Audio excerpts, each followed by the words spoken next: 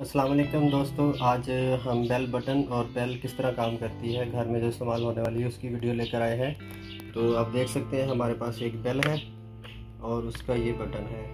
आप देख सकते हैं इसके कनेक्शन, यहाँ से हमने फेस लिया और बेल को दे दिया है।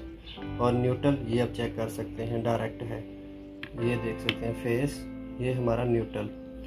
तो अभी मैं आपको इसकी दूसरी साइड दिखाता हूँ।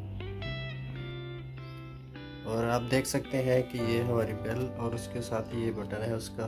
तो मैंने इसको बिजली दे दी है। अभी चेक करते हैं, 220 वोल्ट करंट चाहिए इसे। और ये इसका बटन है, देखिए अभी चेक करते हैं।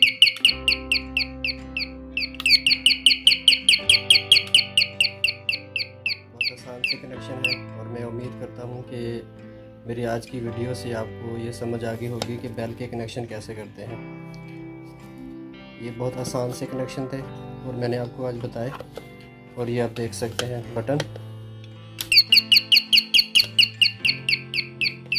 आजकल बहुत खूबसूरत से बटन आ रहे हैं, मार्केट में बहुत नए नए डिज़ाइन आ रहे हैं बेल बटन के।